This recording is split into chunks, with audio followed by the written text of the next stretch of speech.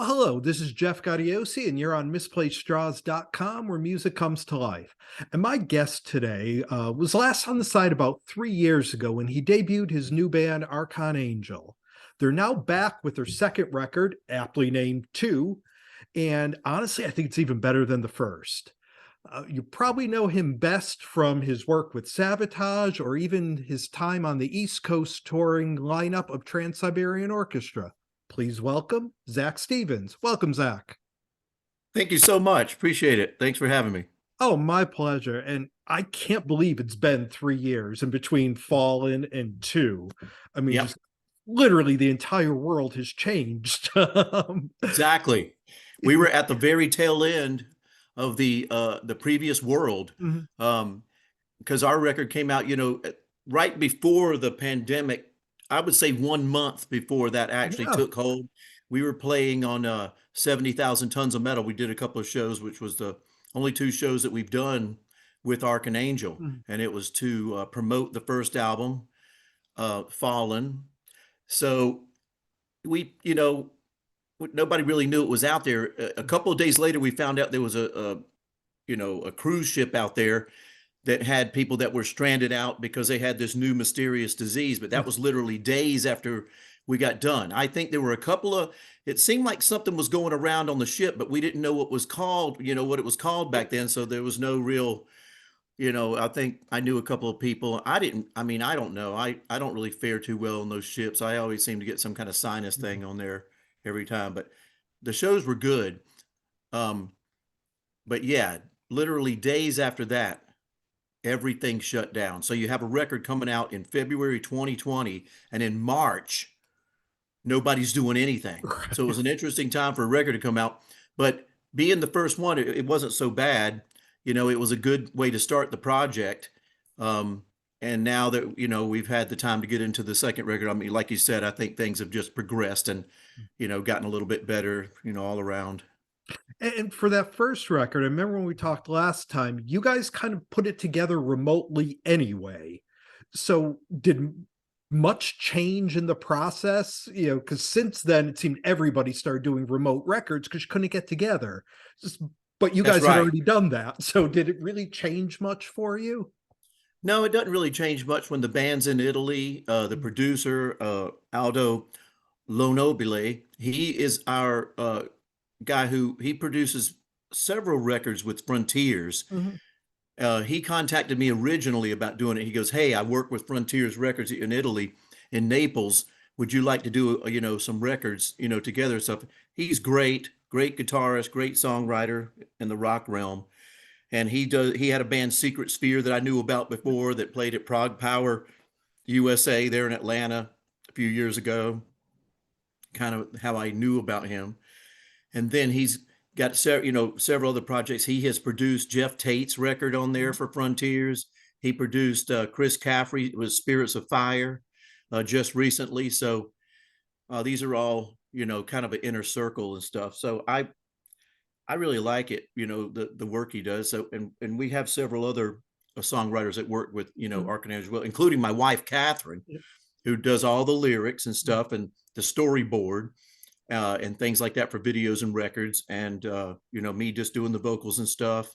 And we have a synth player, Antonio Agate, that does some writing with us, as well as our keyboard player Alessandro Del Vecchio. Mhm. I think that rounds out the songwriting team for the most part for both records. But yeah, we were already doing it like that. I mean, I have to because I'm in the USA. There, Yeah. we did get a new studio this time. Mhm. The studio was kind of rebuilt and definitely upgraded and stuff over there, as I understand it, with Aldo. Mhm. So he was excited to get into the second record with the new toys and stuff like that he got with the new studio, which is great. And I said, yeah, I mean, anytime we can, do improvements, get into a new facility and stuff like that he likes, I'm all for that. But yeah, the process was pretty much the same, but we just got more used to it, and everybody's roles were a little bit more defined. Mhm. Um, so I think it made it even better for the music this time. Yeah, and I think that shows because, as you said, the songwriting team pretty much remained the same. But when you listen to the two records, there's definitely a maturation of the band on this second one. And is it just because you guys were a little more comfortable? You kind of knew what to expect from Aldo and just the success of the first record? Because again, it came out at a weird time, but it was pretty well received. It got some really Mhm. good reviews. Did that kind of lead to a maturation on this record?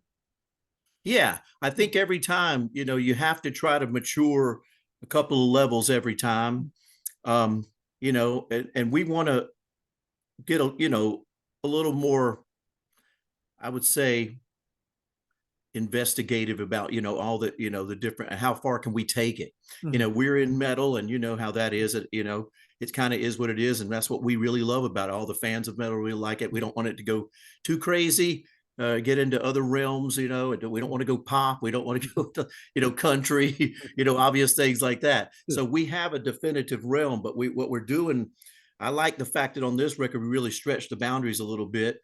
We actually did go outside the envelope because we're using some exotic scales and things like that on this record, scales that aren't really included in Western music, Egyptian scales, Byzantine scales. There's something like 360 something scales in the Mhm. world.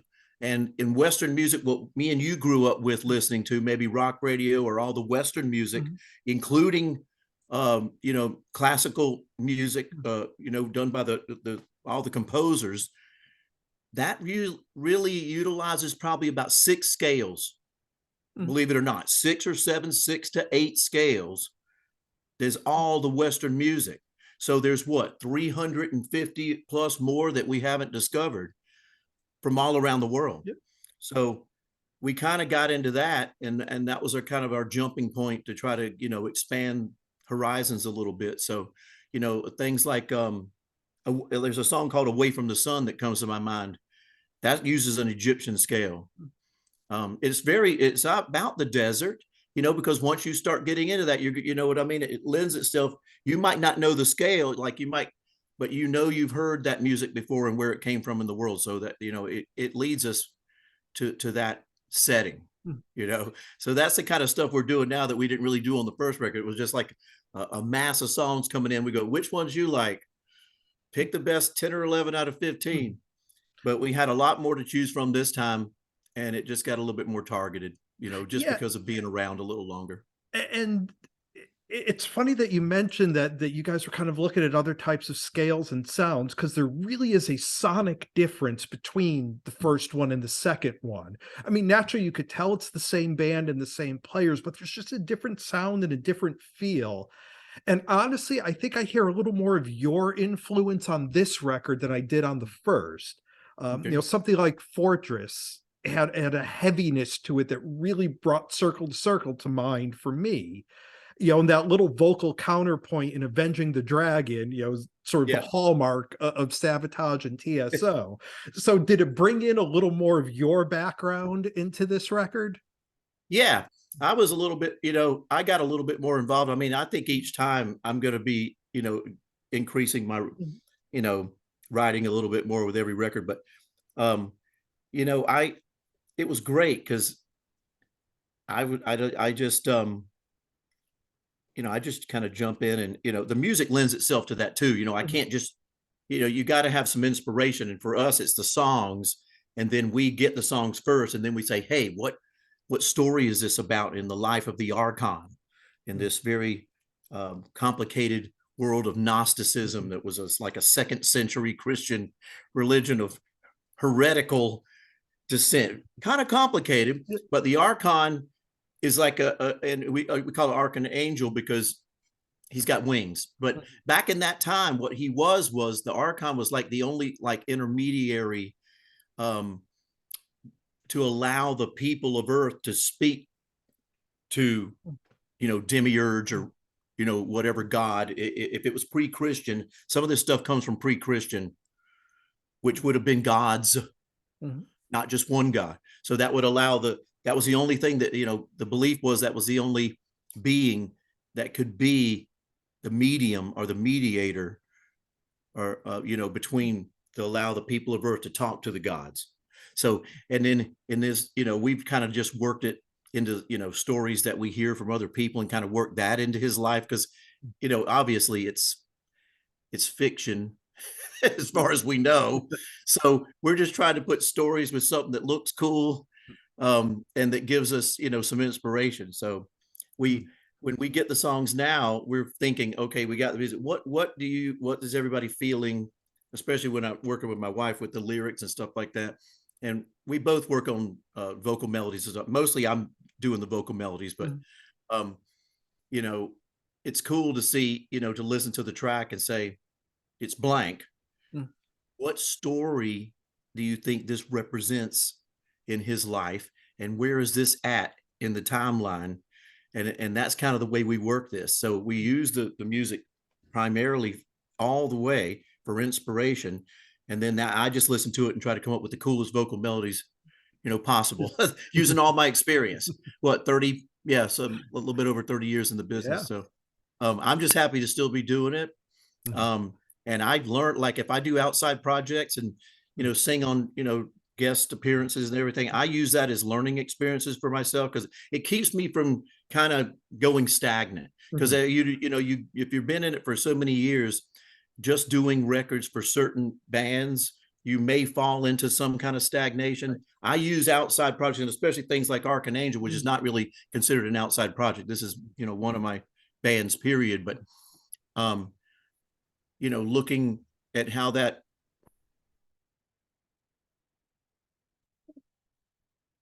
to, you know, one particular thing. I'm still trying to expand what I do vocally. I'm still stuck within the parameters of my voice that I was born with.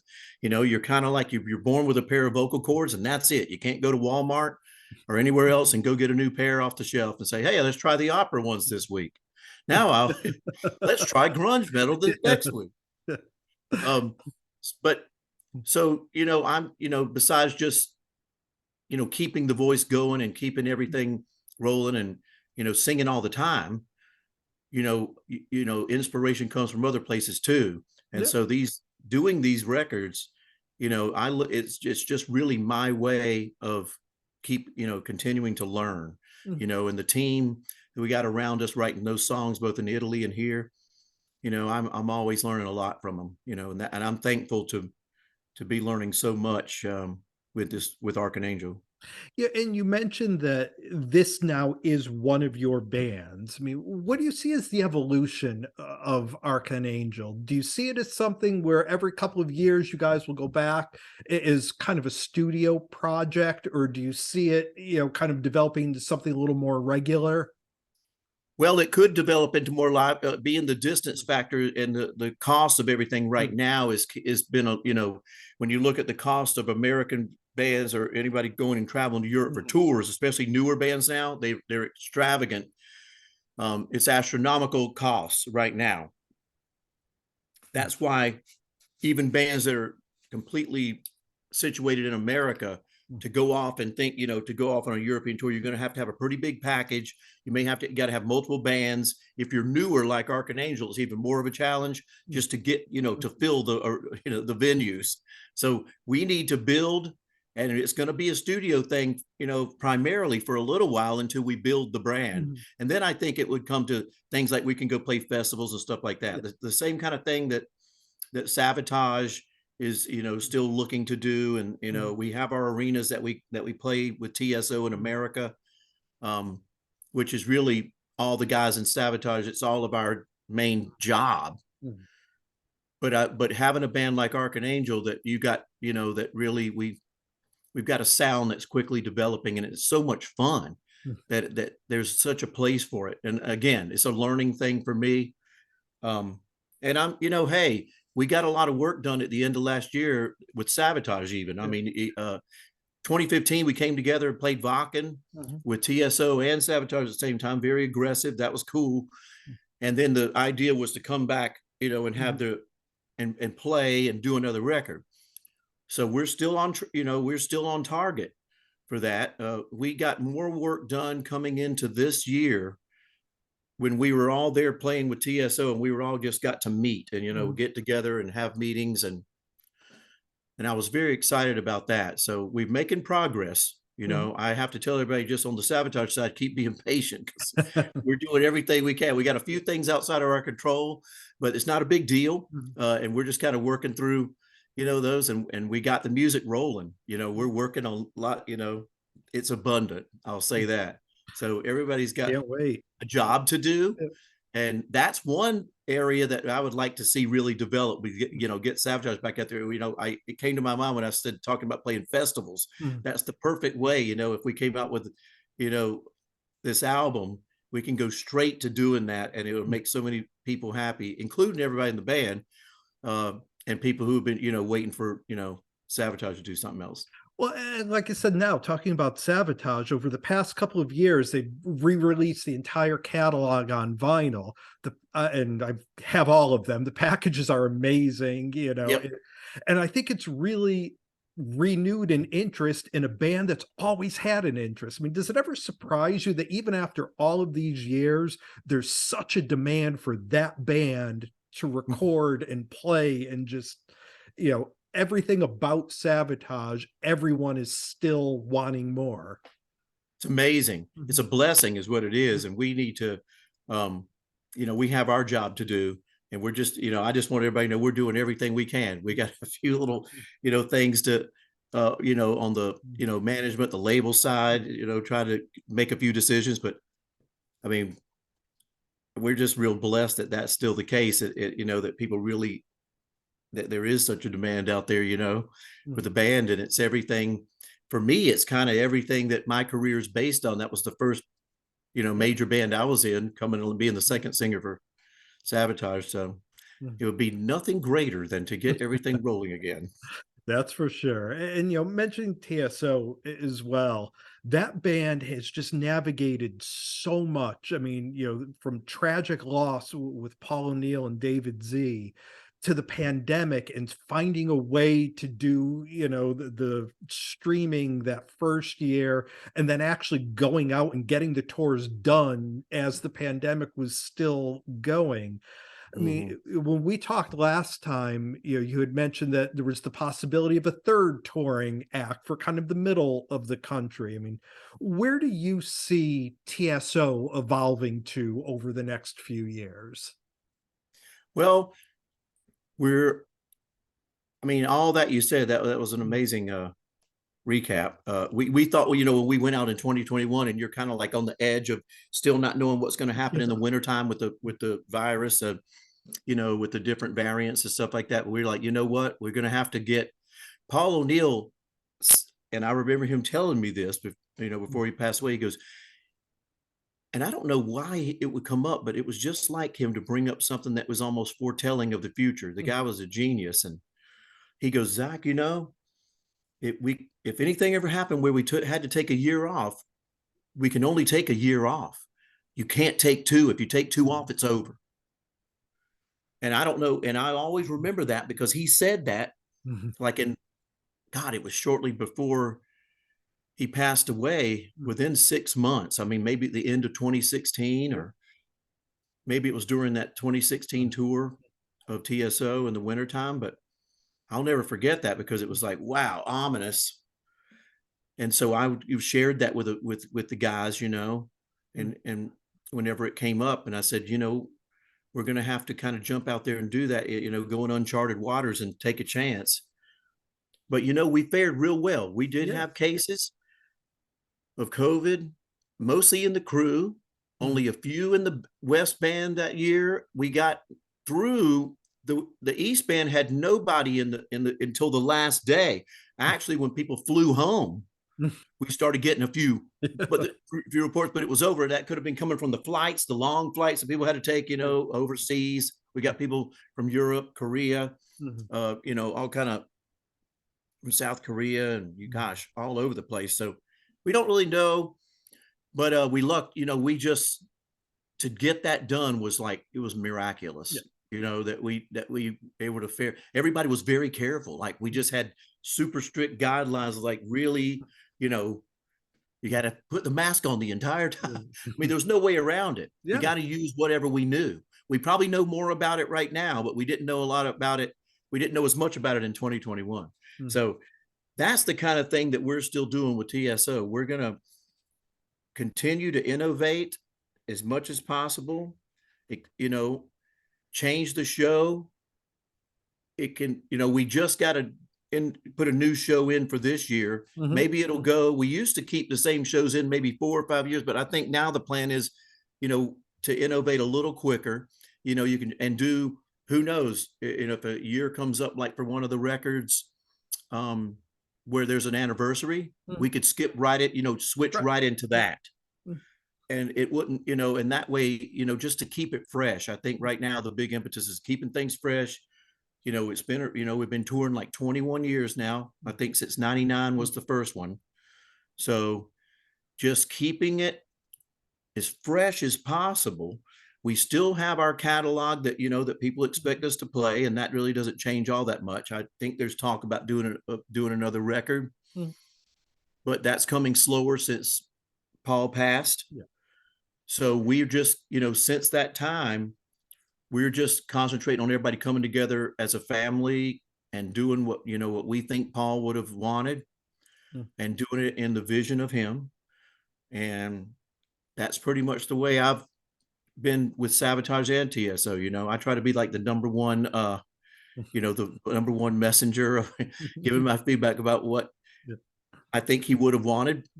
I'm not the one who worked with him the longest. I think Chris Caffrey and John Oliva would be, I would say they worked with him the longest, but I'm close there behind, even probably a little bit ahead of Al Petrelli, but not ahead of Johnny Lee Middleton. Johnny's he would go been all the way back there. at the beginning.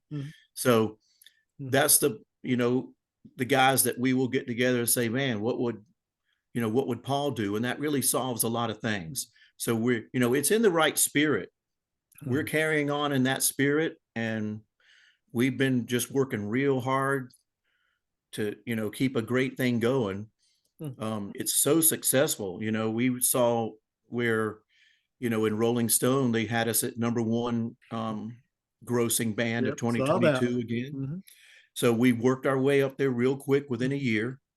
There was a lot of hesitancy on the side of the fans and, hey, everybody in 2021. But, you know, as things improved, you know, it went right back to where it had been. So I'm really looking forward to it. I think we have an anniversary of one of the records coming up. I don't know. And they might switch the show to the anniversary show and include everything, like on the Christmas Attic, or I think that might be what's coming up on an anniversary.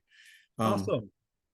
But yeah, and one of the songs I sing out happens to be from that album. So that would be so neat. And we could just kind of keep that right in there, and Christmas in the air.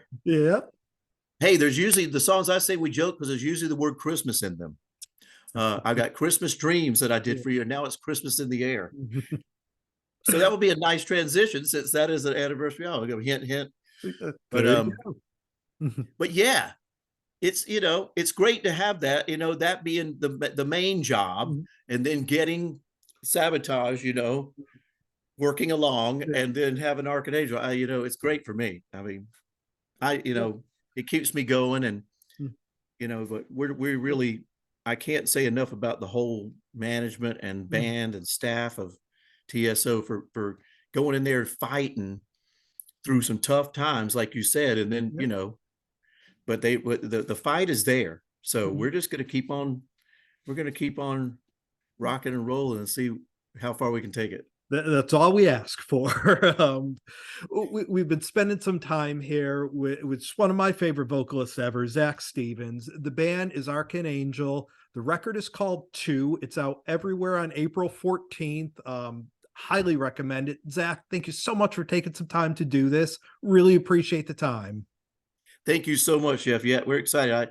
I think everybody's going to like it. You know, the Archon Angel, I really like, you know, spinning through the tunes, and like you said, it's getting better and better. So I just want to thank everybody for, you know, taking a listen. I think everybody's going to rock out, man. I think you really enjoy it. Thank you so much. Without a doubt. Thank you, my friend. We'll talk soon. Talk to you later.